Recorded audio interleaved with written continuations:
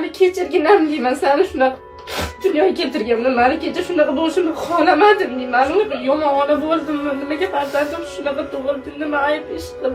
Sabr qil qizim, Alloh bekorga bermagan shu dardni yaxshi ko'rgan. Anaqasigida shuga mandasiga beradi, sabr qil, yaxshi bo'lib ketasan. Просто men bu narsalar hammasini aytgim kelmadi, ichi yaxshi kelmaydi. Haftalab kelmaydi-da, shu qiyshayganni hisobiga. Hammaga o'xshab yaxshi ovqat yeolmaydi, mazza qilib, kam yeydi, tez. Chunki hazm bo'lmaydi ovqatlar. Umurtqasi to'g'rilansa, sal bo'lsa ham o'ziga yengillik, o'zini g'ovdasini o'zi ichiga ko'tarib o'tiradi.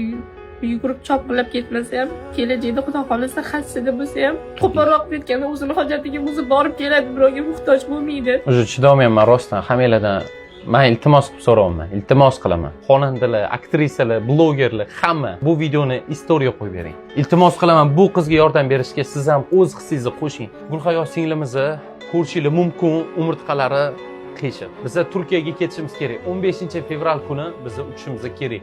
15, 16, 17 fevral kuni operatsiya qilishimiz kerak bu qizcha.